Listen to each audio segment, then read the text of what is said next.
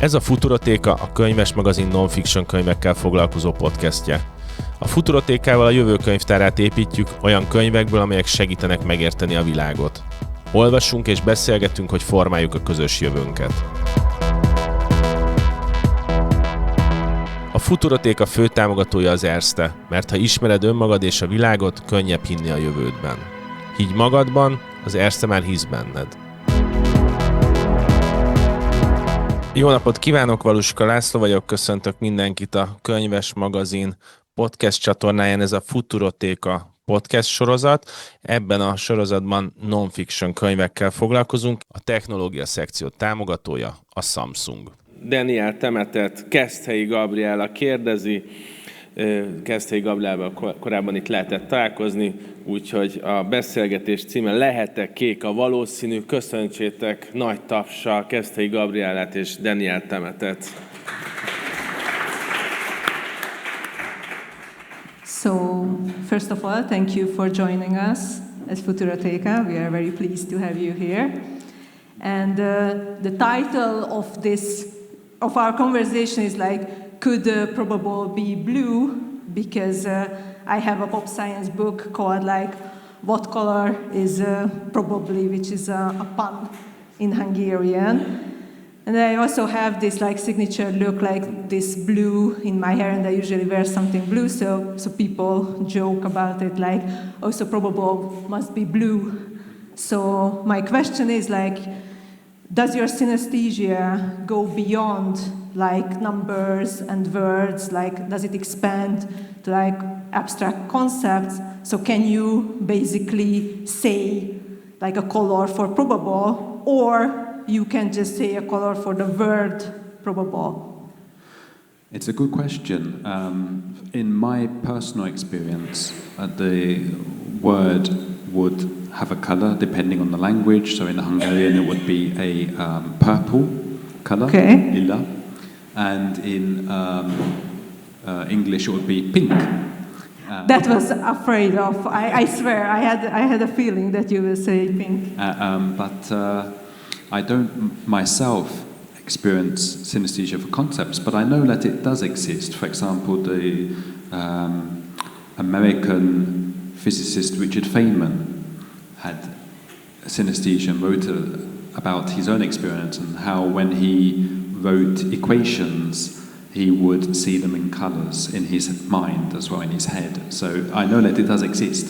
Really? Because I heard that about like Benoit Mandelbrot, the fractal guy, but I didn't know about Feynman. Okay. But I also read in your book that you kind of like had a version about like solving equations, and this is one of the reasons you didn't pursue a career in mathematics. That's right, yes. I've always enjoyed looking at numbers because numbers have textures and colours for me, and because they feel to me like friends. You know, they were my first friends in a way. Before I learned to play and interact with other children, I would close my eyes and go into my mind and play with numbers because they were regular and they had patterns, and I could explore for many hours and enjoy their company. I have something very similar with words as well, which is probably what helped me, among other reasons, to become a writer much later and to make my living with words.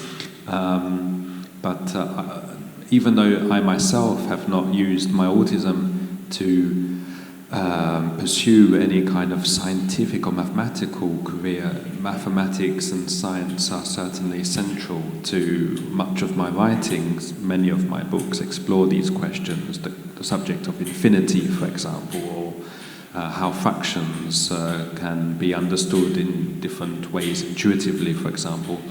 And in my own family, I'm old enough now, in my 40s, to have nephews who are a nephew who is 18 and who is going to university and studying engineering, and he is on the spectrum as well. So he is using his autism in this scientific field. See, and you learned you could count before you could read, right? Yes. And you already, when you saw like a number, you have this, the shapes and colors which you are describing. And this was even before your first epileptic seizure, right? Yes, I think so. So, like, what is now the opinion or the current state of the scientific community that your Savant syndrome, is it like due to the epilepsy or was inborn? What do you know? What do we know about this right now? I know that at the beginning, scientists made the assumption that it was due to my epilepsy, because of course when you have epileptic seizures, the amount of electricity in the brain, it changes obviously the connectivity between the cells within the brain.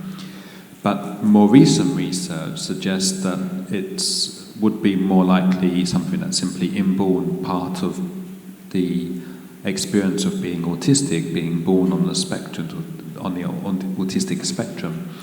And unfortunately, something like half of people who are born on the spectrum will have early life epileptic seizures, as I had, in any event. So that makes it much harder for scientists to really distinguish, the influence of one or the influence of the other. But I certainly, from my own perspective, imagine that it's simply part of my mind from the time I was born. And what about the synesthesia? What do they say about that? Like, is it like due to the autism, or like both the autism and the Savant syndrome? Synesthesia is an interesting neurological phenomenon because it is more frequent among people who are on the spectrum, and at the same time it's not specific to autism. There are people who have synesthetic experiences, so they might experience music with colours, they might taste words, they might see numbers or words as I do in colours and textures and so on. And not necessarily be autistic at all, or any way neurodivergent. So it's not dependent on the spectrum, but it's certainly something that can be more common among people on the spectrum. Why is that? There are different theories, and one theory that I find interesting is the idea that synesthesia is due to extra connectivity between different parts of the brain. So most people, what we would call neurotypical people, their brains limit the amount of information that flows freely, simply because it can create too much confusion. If we are not able to modulate and have different parts of the brain concentrate on very specific tasks, so recognizing faces, for example, or understanding language. And within synesthesia, certainly within my form of synesthesia, one explanation would be that these parts of the brain that normally do not communicate freely do. And for that reason, when I see a word or a number, it's though I'm looking at a face, a familiar face, and I have the same emotions that neurotypical people would have when they see a friend, for example, or a loved one. Megállni néha nem könnyű, de minden szünet lehet új kezdet. Higgy magadban, az erste már hisz benned. So, according to estimations, there are different estimations, but around 1% of the population is autistic, or let's be precise, have autism spectrum disorder, and around 10% of these people have so-called splinter skills. And if I get it right, the Savant syndrome is the exaggeration of that, or the extreme version of that, and that is usually 1 in a million. So it's very rare. But people, still many people, somehow misuses the word and somehow identify autistic people like Rain Man. And I know that you are an advocate for autistic people. So what could you tell, if there's a neurotypical person, and how can he better understand neurodivergent people?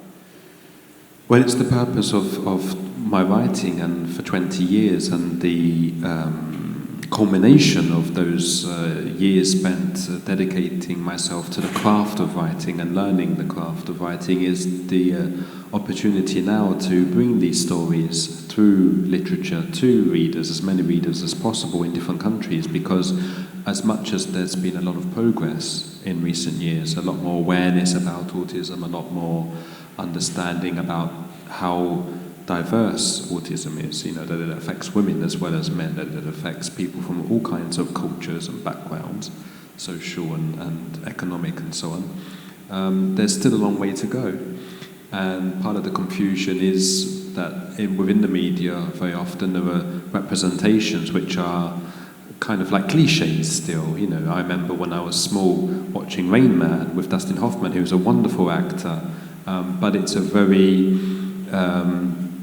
one-dimensional representation of what an autistic person, even an autistic savant, is like. And it's interesting that the real-life person on whom the character was based, someone that I had the opportunity to meet, Kim Peek, many years ago in America, was not autistic at all. In fact, he was born with a part of his brain missing, which gave him great difficulties and also great talents as well, but he was not actually autistic. So it's quite ironic that the most influential representation of autism is based on someone who was never autistic himself.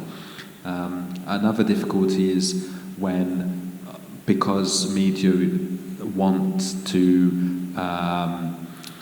give a positive message about autism, but they can go too fast and they can cut away the nuance and the complexity that, for example, a book gives readers.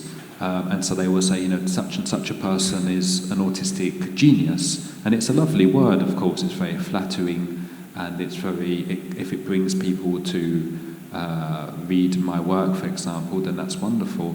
But at the same time, it cuts both ways. People who are on the spectrum but do not feel themselves to be in any way geniuses, they say, well, what am I then? And should we use this word? It's a very heavy word, in the same way that autism has a lot of baggage, and there are some people nowadays who prefer not to use it and to use a word like neurodivergent, for example, which is a new word which has emerged in the past few years. So these are very difficult questions. I don't know there's any one way of settling them, because autism is such a complex condition. The people on the spectrum are very different. So if you bring even 10 autistic people together, they will have 10 different opinions on everything, which is fine, and it just shows how varied and complex the spectrum is, and it's a reflection of how complex a shared humanity is. Yeah, I'm going back to the synesthesia, because I am a mathematician and I am on the spectrum, and I do not have synesthesia. Actually, I'm really bad at numbers, so I somehow, I'm fantasizing about it, like if I had synesthesia, I would have enjoyed number theory much more. So when I read that you recited 22,514 digits of pi 11 years ago on Pi Day, I was in the same time I was mortified and very excited, because as you described it, you can see a landscape, a very detailed landscape. It's just, it's beautiful. So my question is, how far can you see primes? What is the biggest prime you can detect? Yes. So as I described in my first book, I have a very special relationship with numbers, and yes, it's something that mathematicians do not necessarily have, because mathematicians are focused on the abstract, and it's a different direction to writers. So a mathematician will often start from some very it can be a very specific detail, and it might even be something that belongs to the material world, something that they notice, a pattern in water, for example, and then they will take this higher and higher up the ladder of abstraction until it's something that doesn't belong to the material world at all. And this is what makes mathematics so powerful, this ability to abstract from a very specific material experience, whereas writers come from the opposite direction in a way, that we will have perhaps an emotion, an intuition, so something very abstract, and from that point we will come down to earth and want to make it as concrete and as specific and as material as possible in order to communicate it clearly to our readers. And so I regret, in the same way that you regret not enjoying number theory more, I would have loved to have this ability to move up the ladder of abstraction and see what great mathematicians can see. And one of the mathematicians who is in this book, Kilenc, elme, a very important mathematician, a Fields medalist, Cédric Villani in France, was able to share with me in just this very small way, but even this very small way was enough to open my eyes and to the beauty of mathematics. But it's something that I've always tried to communicate, and that has infused my writing. So when I was reciting Pi, it was both a tribute to all of those years spent playing with numbers and exploring the patterns, and at the same time it was something that was artistic and poetic, and that I was able to communicate to the people who came. Some of them were mathematicians, but a lot of them were members of the public. In terms of prime numbers, I enjoy playing with, particularly as a child. I mean, I don't have the time nowadays to play with numbers in the same way, but I enjoy playing with numbers a lot, and so I would tend to notice that certain numbers were lonely in a way that other numbers were not. Other numbers were very closely related to other numbers, and other numbers stood out. And this made me realize that even before I think I had the concept of prime, what is a prime, a number that you can only divide by itself and one, before I had the concept, I already had the intuition that there were numbers that stood apart and that did not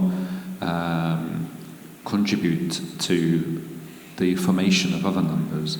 And I went as far as 10,000, I think, which was the highest point. And then gradually, after beginning the process of becoming a writer, spending more and more time with my writing and lecturing and travelling, my symptoms became less important, and I spent less time, focused on numbers, and more time focused on, things that are more neurotypical in some ways, but not specific, not exclusive to neurotypical people, so social relationships and so on.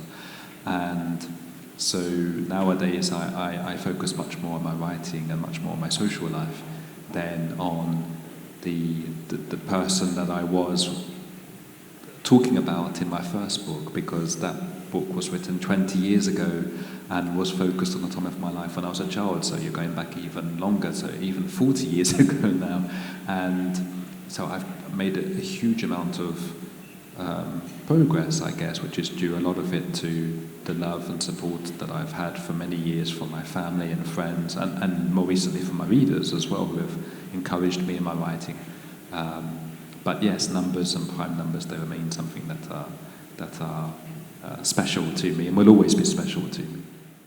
Kirándulsz a pároddal? Nem otthonról dolgozol? Kimozdulsz a barátokkal? Vagy éppen elutazol a családdal? Bárhol is vagy, mi vigyázunk otthonodra.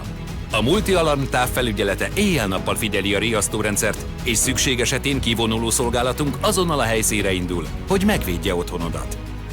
Multialarm. Távfelügyelet szakértőktől. Okay, so our banks are safe because you can't break RSA, No. right? okay, that's great. We are running out of time, so my last question and comment would be like, I really did enjoy your book, and I'm gonna read the next one, the Nine Minds. That's in English, right? And I'm looking forward to it. And my last question is like, nowadays when you introduce yourself, like what's the first thing you say, and what is your mission if you like have to like say just one sentence? I'm a writer, first and foremost. I've never aspired to be anything more than that, which is why I said I've never paid a lot of attention to how the media talk about me, because it's something that I can't control as such, and it's not.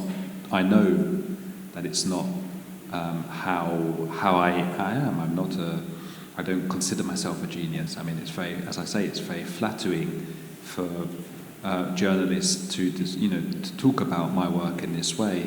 But for me, it's much more important, much more valuable to know that there are readers who take the time to look at my work and to read it and to see my evolution as a writer, and to follow that progress over many years, and to be curious to see what I will be writing next, and to. So I was very happy coming here for the first time to Hungary and meeting my Hungarian readers. I've not had the opportunity before, and receiving these lovely messages from people saying, I've been following your work for several years, and I'm very happy that you're coming to Hungary, and I want to read your book, Kilenc, elme, and so this is my, and what is my message? I would say that as I think I've mentioned it before, it's that neurodiverse stories, neurodivergent stories, autistic stories, whatever word you want to use to describe them, they are essential because it's a part of shared humanity. It's a part of what makes us human, this ability to tell stories and to learn from each other's stories. If we only use numbers, if we only use words, however powerful they are, it's not enough. I think it's when we use stories, and even mathematicians, the best mathematicians, these great theories and theorems they develop, it's like a kind of a story. I mean, they're using abstract concepts to tell the story, but it's what makes them true and persuasive and powerful is that narrative. And yes, this is exactly what I always say. Yeah, and as a writer, I'm I guess inspired by the narrative of pi, for example, P, and the narratives that I find within mathematics, which are so beautiful, and so even from my own perspective, and I don't speak the language of mathematics. I speak perhaps my own private language of numbers, but not the language of mathematics. But even from the little that I can understand and respect and appreciate. And be moved by this universal language of mathematics, I bring these qualities as much as I can into my own writing, infuse my writing with them, the better to make these stories come to life on the page for readers from every culture and every language and for every kind of mind. Thank you so much. I think you are a huge inspiration for neurodivergent people and for anyone, really. And I'm really glad that you came and visited us and that I could talk to you. So thank you again. Köszönöm szépen. Ez volt a Futurotheca Podcast, a Könyves Magazin nonfiction műsora, ahol könyveken keresztül próbáljuk megérteni a világot, hogy alakíthassuk a jövőt. A Futurotheca fő támogatója az Erste. Higgy magadban, az Erste már hisz benned.